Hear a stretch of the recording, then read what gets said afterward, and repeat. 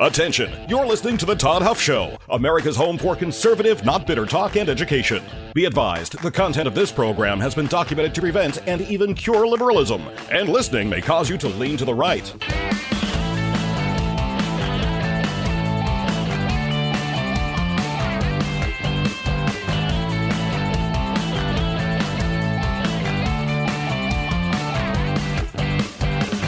And now, coming to you from the Full Suite Wealth Studios, here's your conservative but not bitter host, Todd Huff.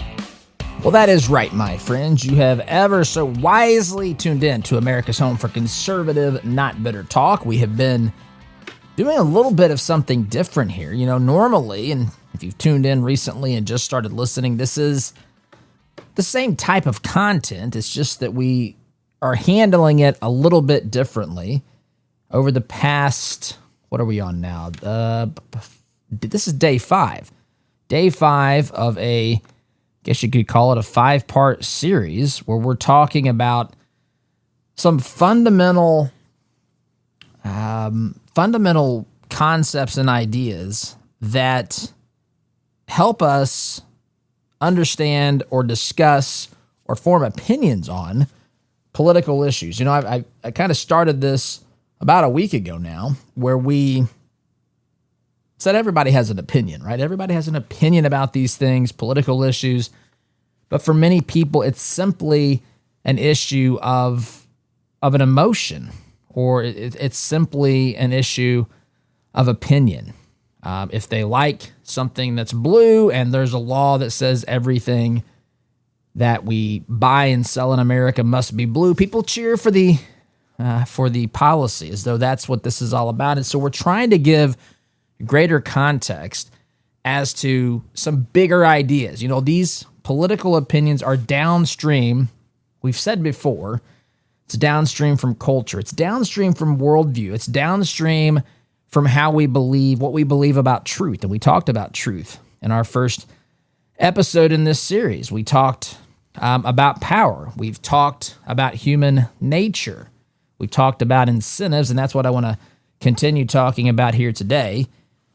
And then I want to move on to some other fundamentally important things. And again, we're trying to give people a prism, something to view politics through that gives some structure and some, I guess, framework about how to discuss these things, how to view them, why they matter, how we were created to live this side of heaven, all those sorts of things, my friends. And this is, again, day number 5, so you can go back and listen to the previous 4 Toddcasts, and you'll hear all of these.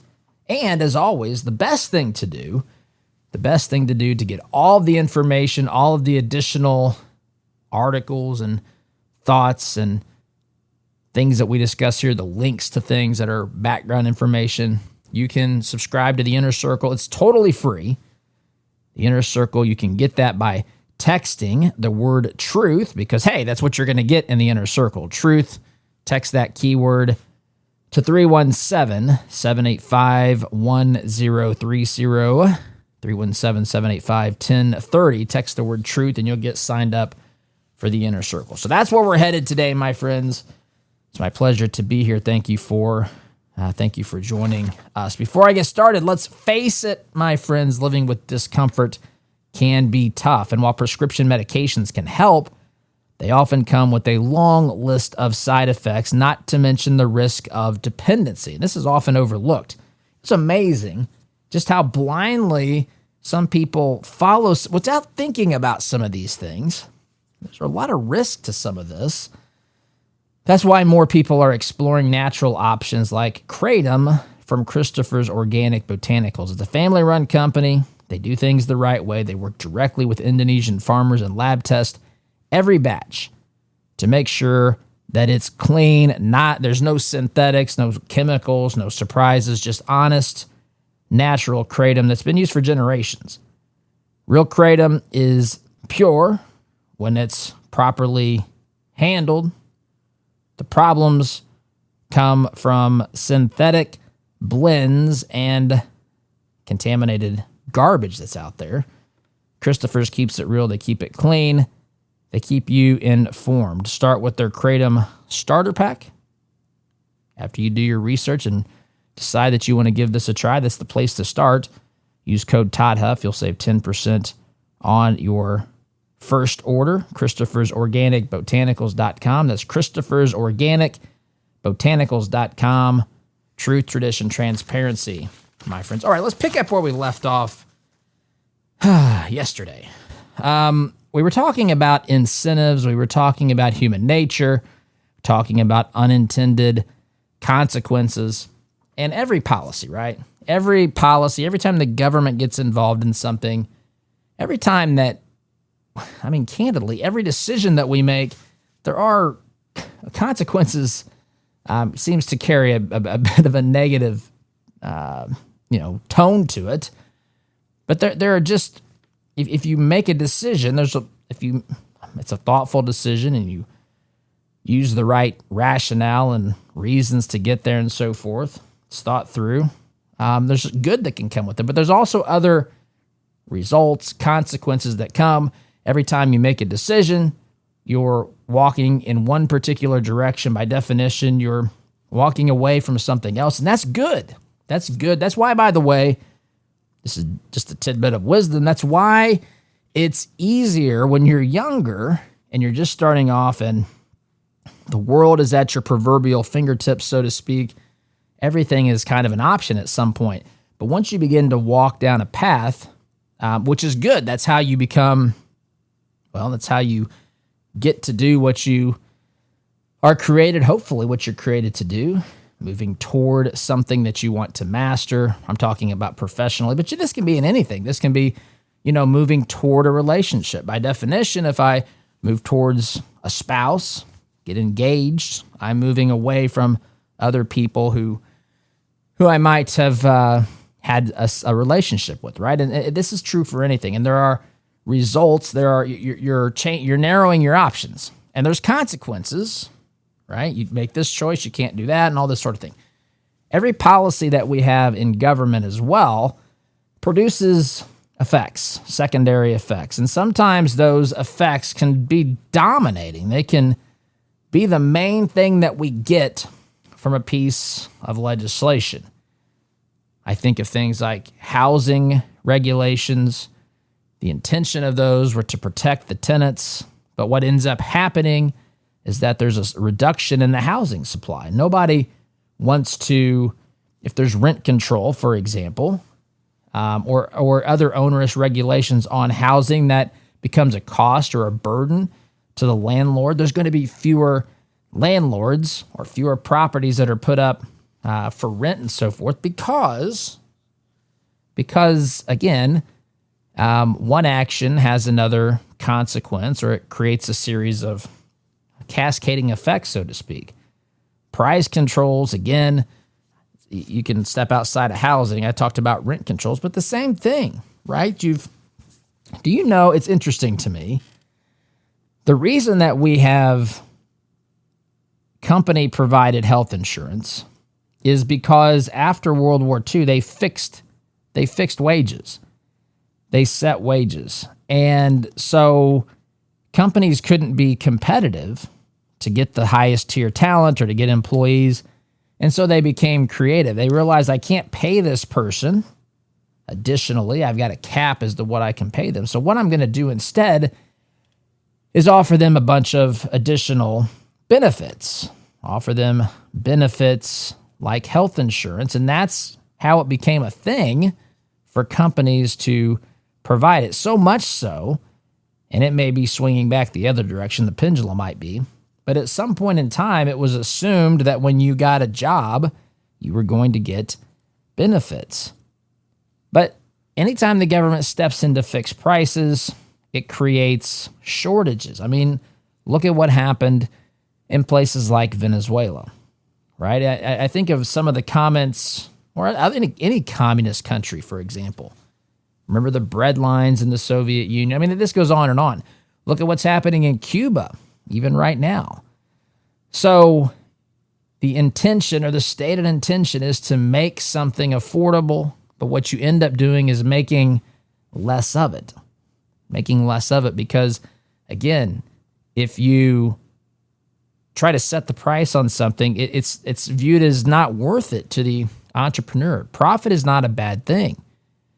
What you need is profit in an economy where there's competition, so that companies have to have a pressure to keep their price down, so that they can then decide what can we sell it at to turn a profit, to pay our expenses, to pay our investors, and all that sort of thing, versus just let's charge as much as we want because there's no competitive forces out there. But these are the sorts of things that, again, it's been said before, the road to hell is paved with good intentions. And there can be good intentions to protect tenants in the case of fixing housing prices or getting people locked into a certain rate that they're going to pay for a prolonged period of time or potentially forever. Same thing is true when they try to the government tries to control the cost, the prices of odd items in the marketplace. It doesn't work. There's always a consequence for those things. I'll throw another one in here I'm in the minority, I think, on this, but the debate on minimum wages.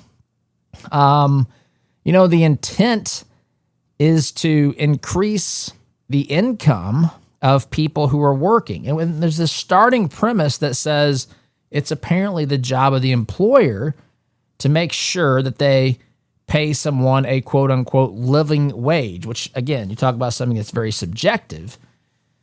But in my world, and I think the world that's firmly rooted in reality, who determines that are the employer and the employee. And what you end up doing, if you say you can only pay someone this amount or more for them to work as an employee, what you end up doing is you eliminate jobs. You eliminate entry-level jobs that people may be looking to fill, not because they're looking to work full-time. Maybe they just need to make ends meet.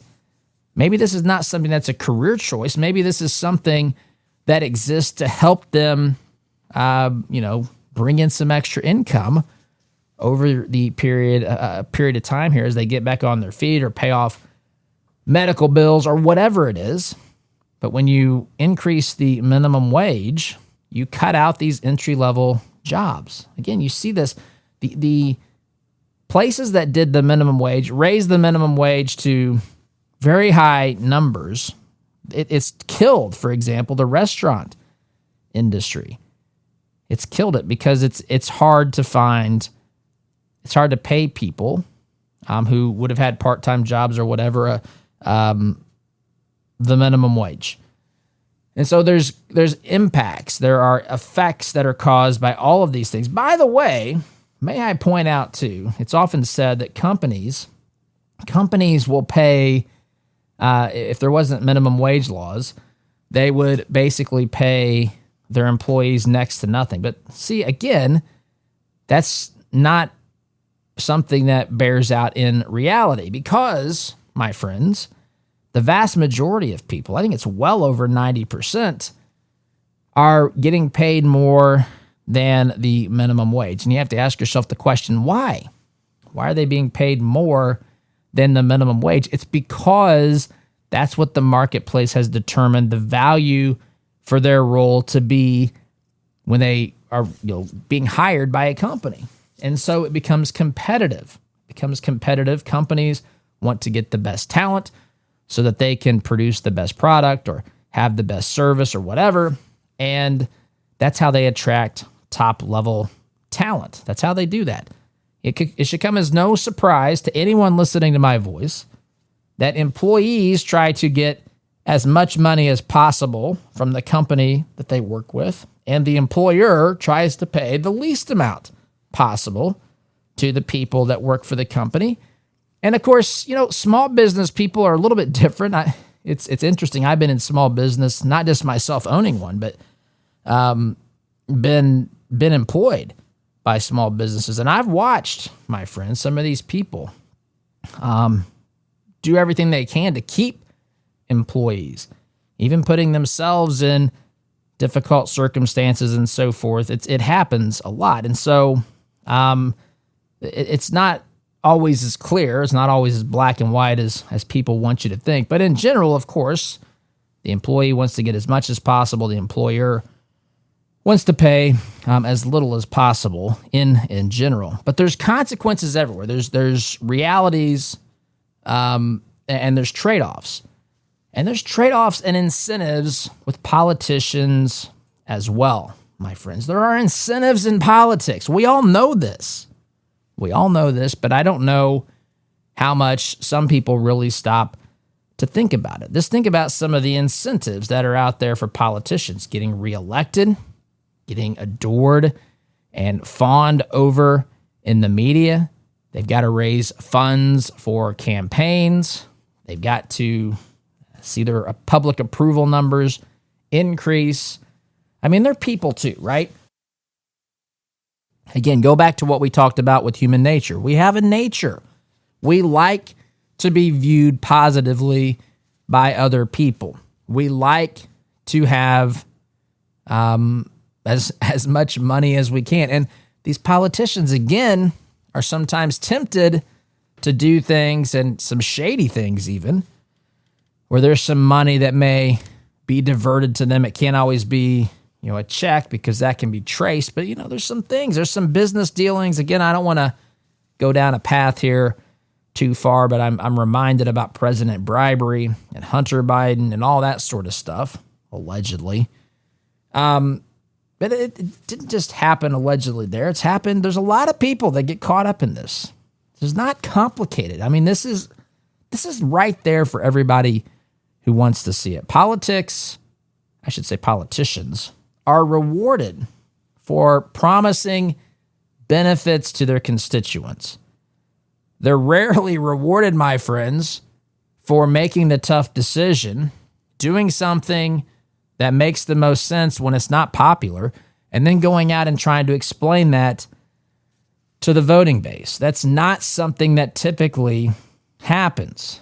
And so there are incentives and rewards and consequences for politicians as well. Some of this is a good thing, right? We want to hold them accountable for the votes that they place, the amount of debt that they put us in, for the wars that they get us in, or whatever else, right? The amount of open borders that we have in this country, the threats that they don't stop, that are directly impacting or threatening the American people, on and on. Down the line we go, my friends. It's good to hold them accountable. But when the people who elect politicians, the electorate, when they get together and they realize, listen, folks, if we just get a majority of us to go along with this, we can raid the coffers of the upper middle class and the middle class, and we can redistribute the wealth, and there ain't nothing anybody can do about it. That's where this gets really scary, and we've been there, my friends. There are people, once upon a time, it was considered a bad thing to be a communist. Now there are people out there who are proud to be a communist. And so it is a much different world. Thomas Sowell, who's a brilliant economist, thinker, he's written a lot of great things. He's just profound, absolutely brilliant and profound. He talks about economics, right? He's talked about some principles in economics, and he points out that there are no perfect solutions, right? There are no perfect solutions. This goes back to our nature. When I talked about human nature, when I talked about our sinful nature, and talked about, hey, we are a fallen people. We are not perfect. And there are going to be no perfect solutions. It's just not going to work that way. And as Thomas Sowell points out, there's only trade-offs. We have to balance the trade-offs. There's going to be a negative impact here if we do X, but the positive is Y. And that is how it's going to work. And it takes people with a clear vision and understanding and an ability to communicate that clearly to the American people, because the American people oftentimes, right, we live in a microwave society. We don't want to wait more than 30 seconds for whatever we threw in the microwave to be ready to eat. And so that's how a lot of Americans live. And, I think to some degree, the majority of us have been impacted by that. We don't like to wait for much of anything. If the Wi-Fi goes down, we're livid. If there's a 2-minute commercial break during a television program, we don't like it. And I understand that. We're busy people. In fact, I would contend we're probably too busy. But the bottom line here is that it's hard to communicate these deeper truths to people who don't care. I talked about King Hezekiah. He was warned of some destruction coming to Israel. And when he found that it was not going to happen in his lifetime, he said, well, it's basically not my problem. And that's how a lot of Americans live. That's why we get away with doing, or politicians get away with doing, some remarkably inexcusable or dangerous things, kicking the can down the road time and time again. Sol's point is that every policy, because of these trade-offs, produces winners and losers. That's not, the stated purpose should not be to do that. But anytime you're making decisions and you have power in this fallen world, when you make decisions, there will be people who benefit, people who are hurt by that. It's just the way that the cookie crumbles, as we say. And the costs, of course, are sometimes hidden, sometimes because we can't possibly foresee something as complicated as what a piece of legislation has created, as is the case with Obamacare, although you could certainly see the writing on the wall as well as to where it was taking us. The ACA, if you prefer the official name, the Affordable Care Act. Anyway, but sometimes it's hidden deliberately, sometimes it's hidden because society is sophisticated, and when a policy hurts a person, they change their behavior, right? And so it's very fluid in that sense. So I glance at the clock here. I'm about to take a break. My friends, we'll do that in just a moment. But friends, your investments are like seeds that you plant. They grow, they multiply, but are they bearing the kind of fruit that you want? At 4-8 Financial, they believe your money should reflect your values. They specialize in wealth management and biblically responsible investing, screening out companies that don't align with your faith. It's all part of their purpose-centered financial planning, helping you live a life of meaning and purpose. If you want to see if your investments align with your values or to what degree they do, all you have to do is take a quick and easy assessment by heading over to 48financial.com/Todd. Again, that's 48financial.com/Todd. 48 Financial, they're here to worry about your money so you don't have to. I've got to take a break, my friends. Quick timeout, back in just a minute.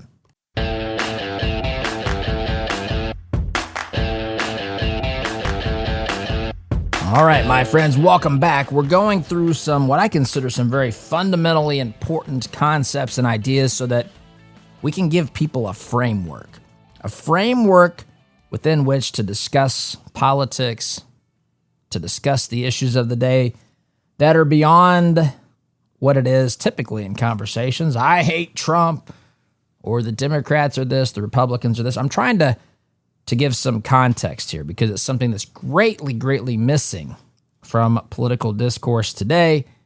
Democrats hate everything Trump does. Republicans hate everything Democrats do. And listen, I understand too. We've gone. The Democrat Party has moved very far to the left, and so that's created a much wider chasm politically. Republicans or conservatives didn't really move. The Democrat Party moved to the left, and that's created this this chasm that we have in this country today.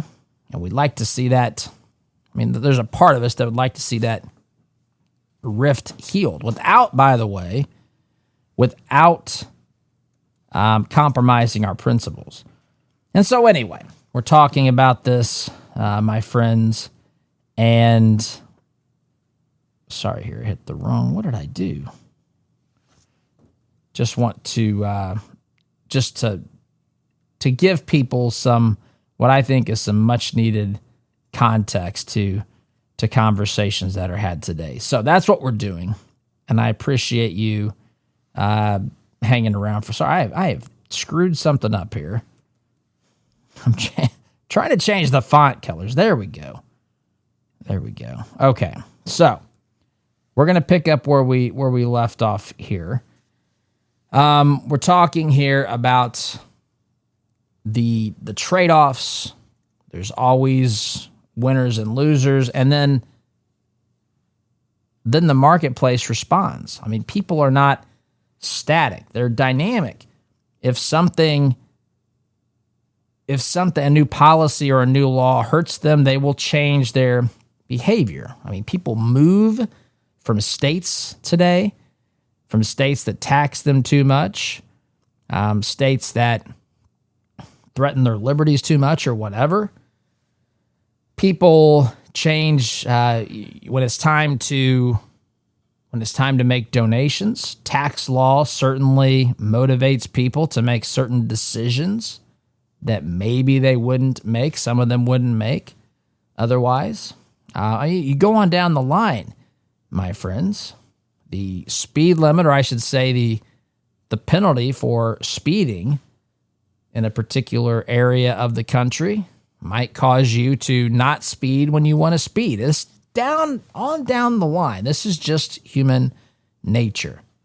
And serious policy thinking requires that we examine, think about, discuss these trade-offs, because that's exactly what happens. And people, the citizens of this country, we have to ask deeper questions. Now, I know I'm preaching to the choir. I know that. You're not the ones who need to hear this message. You follow this stuff every day on a regular basis. Some of you have followed this even longer than I have. Understand these things quite well. Discuss these things with friends and colleagues and everything else. Some have been doing it a little while, but still have room to grow. And then, of course, some folks are brand new to politics who listen to this show.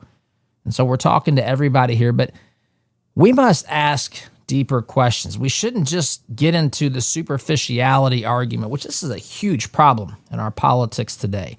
It's the superficiality. It's the discussion of issues from a superficial lens. The left has mastered this because they know if they keep people dumb and talking about things on a surface level, the left, are going to be more successful in furthering their morally bankrupt and absolutely absurd political philosophy. And that's what's happened. So we have to ask deeper questions. And in order to ask deeper questions, we have to be better thinkers. We have to think about things like, what incentives does a particular piece of legislation create? Because it's going to impact something.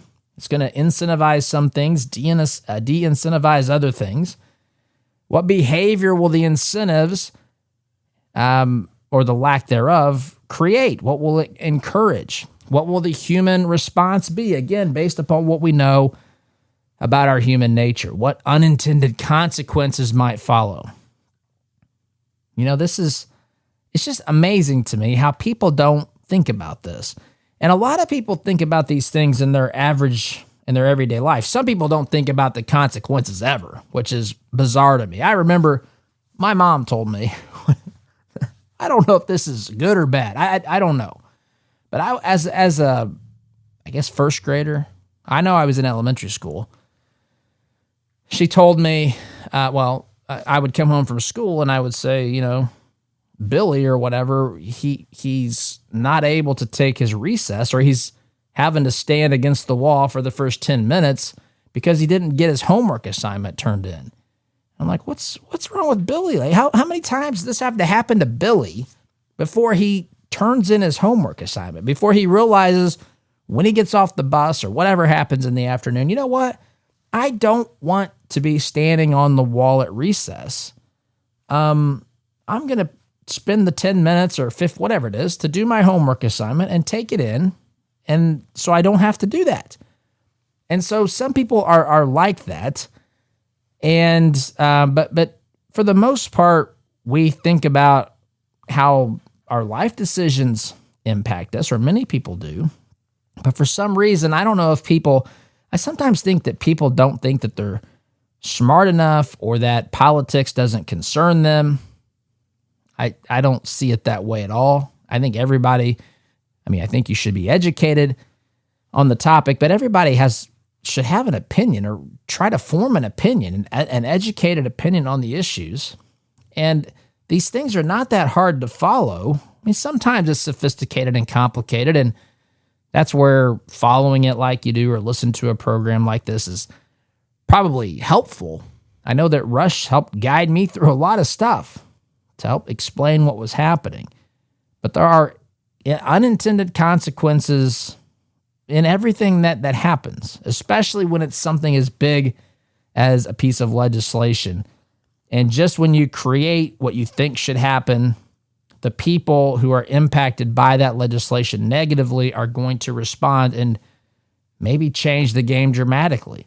And the left never learns this. The left just assumes that if you raise taxes on a particular activity or product, that people are just going to keep buying it at the same rate or continuing to do the same activity as though nothing had changed. But that, my friends, that just doesn't match with reality. So that's what I want to talk about here. That's what we wanted to talk about with incentives, and just how our behaviors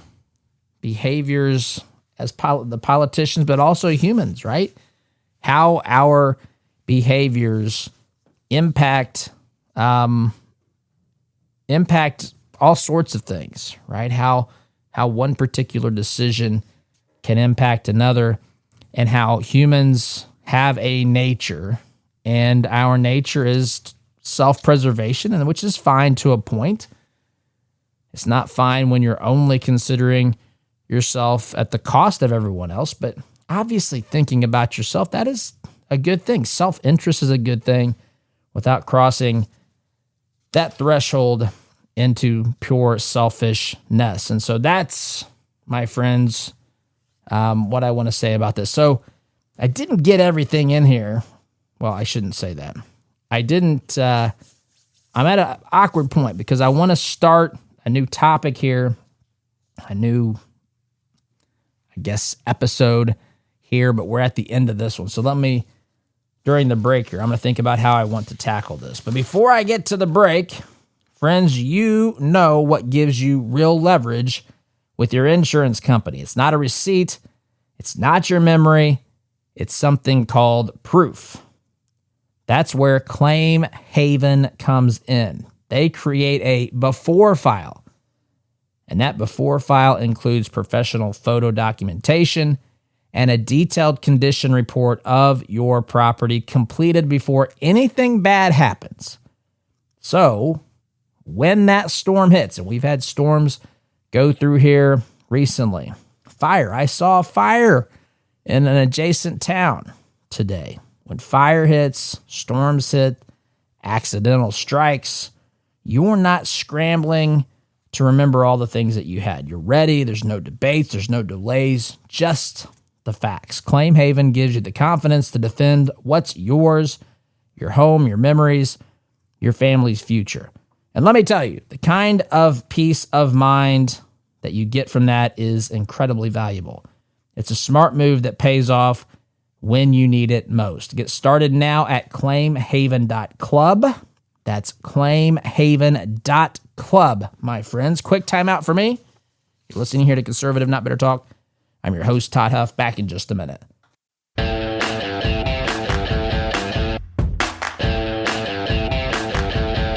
Welcome back, my friends.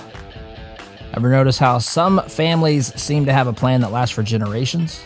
That is not by accident. Full Suite Wealth works with people who want their wealth to make a difference for years to come. Their team brings together high-level investment strategies like private equity, private credit, option strategies, all that coupled with expert legal advice and guidance. It's about making sure your vision becomes a reality for the people you love today and in the future. If you're looking to do more than just manage your money, if you want to leave a mark and build something lasting, take a look at Full Suite Wealth. FullSuiteWealth.com is the website. Jason and his team will take great care of you. FullSuiteWealth.com. Build your legacy. Secure your future. You know, friends, I thought about this during the break, how I want to tackle this, because I don't want to start the next lesson, I guess, the next podcast or Toddcast here in this series of podcasts that we're doing. What I want to do is just take a moment to reflect on what we have. And I do this from time to time on this program. My friends, I don't think the average American realizes what we have in this country. I don't think the average American realizes just how fortunate and blessed we are to be Americans living in the 21st century. You know, people badmouth this country. And again, this country is not perfect, but my, oh my, this country was instrumental in radically transforming the quality of life and the amount of liberty the average person had on planet Earth. In fact, if you look at the average life over the course of the history of humanity, you'll find that there was a lot of suffering, a lot of tyranny, a lot of poverty, a lot of people not having the opportunities and the choices that we have, the quality of life, the life expectancy, all of those things. All those things have improved dramatically, in part because of what the United States of America decided to embrace when our founding fathers formed this great nation. And I think I was taught. Now, I went to a small town school. I went to public school, but I went to a small town school where the community still appreciated this nation as founded. I think I've shared on here before. I remember as a little kid, I don't know, second grade, I remember taking turns going out to the flagpole, and we would raise the flag in the morning and we would bring the flag down in the afternoon. We were taught how to properly handle it and fold it and all that sort of stuff. Take care of it, respect it. We were taught that America was a place that was unique and good on planet Earth. We loved it. I mean, I don't know that anybody. I'm sure. I think maybe I had. I don't know. I just always loved it extraordinarily much.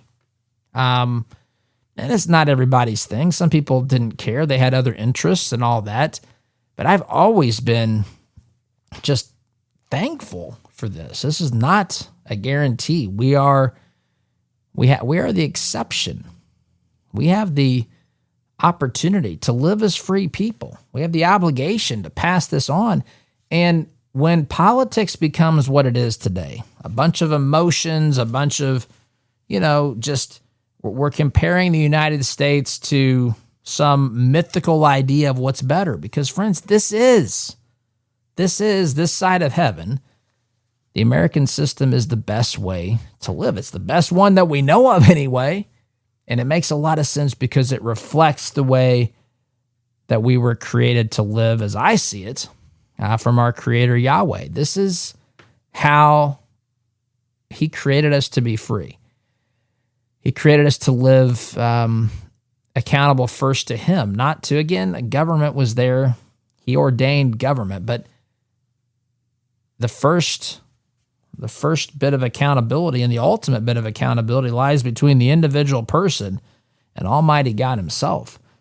And so I'm grateful, and I think it's necessary. I wish we could return it, and maybe we are, friends. I know that Gen Z, as they say, is having a bit of an awakening to where, I've said before, we've got, our kids, we have 2 teenagers and we have a 12-year-old, but I've told them that, if you guys might be the generation.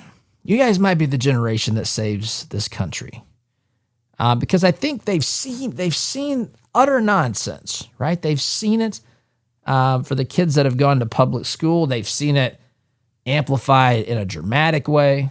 They've looked and they've seen adults that are telling boys they can be girls and girls they can be all this stupid, ridiculous stuff. And again, my heart goes out to people who have confusion about those things or just struggles. I'm here to bash that, but that's not normal. That is not good. That's not the way that we were created to live. And they've seen the nonsense. They've seen the promises of perfection. They've seen the anger and the rage from the people that constantly talk about how much they love people. But yet these leftists are full of rage and vitriol. And I think that maybe Gen Z is going to be the generation to right this ship. I hope so. Who knows, right? I mean, a lot of things can change. But that's why I want to talk about these issues. We talk about politics on a regular basis. We'll continue to do that. But I want to get through this series, and we'll continue, my friends, in the days to come. I've got to run. SDG.